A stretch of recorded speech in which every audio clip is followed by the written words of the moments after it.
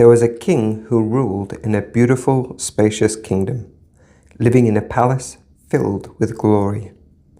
He loved his citizens, and they honored him as a graceful, wise ruler. The king wanted his subjects to grow and become more like him because he loved them. His son was obedient and did everything his father asked, growing up in the image of his father as he followed him.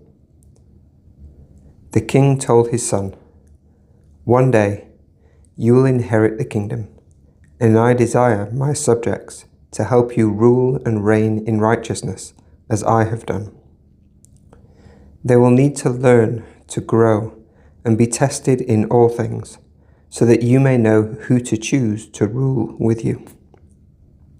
Will you go and create a world where they may have the opportunity to be taught the truth and practice living in my way?" The son agreed to create a world and govern the people, helping them to grow and become great rulers, following their king's example. The king's voice then grew serious.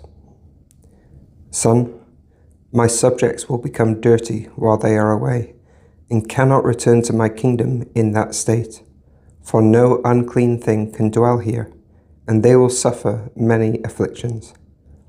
Their future king must pass through all their sorrows, so that he may know how to help his subjects and atone for all their mistakes and follies, so that they may be washed clean. This suffering will cause exquisite pain and deep distress." The son freely offered to suffer for the people his father had given him, for he knew of the king's love for them. In his unwavering obedience, the son went and did all that his father asked him to do in the new world, setting a powerful example for his subjects. He taught them all that the father commanded him, and said that they would have the opportunity to rule with him if they were faithful. Just before the son was to suffer the great tribulation of his people, he stopped and spoke with his father, the king, saying, "Father, I have glorified your name in the world and done all you asked me to do. Please, therefore, grant that I may return to live with you, with the same glory I shared with you before I made the world, restored to your right-hand side." He also asked, "I request that those whom you have given me may become one, as we, Father, are one, that we may all be united as one." Jesus did go and do all that his Father asked him, and suffered great distress.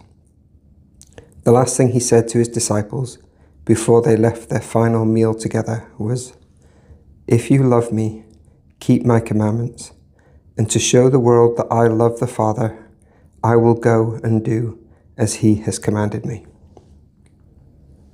The Son showed the world that he followed his Father and did all he was commanded to do. He asks that we do the same in smaller, simpler ways. All who rule with the Son, whether over kingdoms or households, must do so upon the principles of righteousness, by persuasion, long-suffering, gentleness, meekness, and love unfeigned. Regarding those who will rule in heaven, Jesus gave us the example in Exodus, where it is written, "And thou shalt teach them ordinances and laws, and shalt shew them in the way wherein they must walk, and the work that they must do.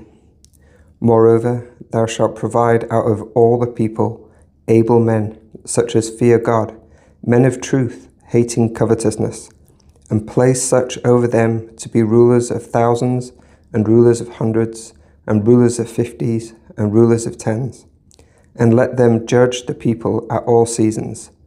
And it shall be that every great matter they shall bring unto thee, but every small matter they shall judge.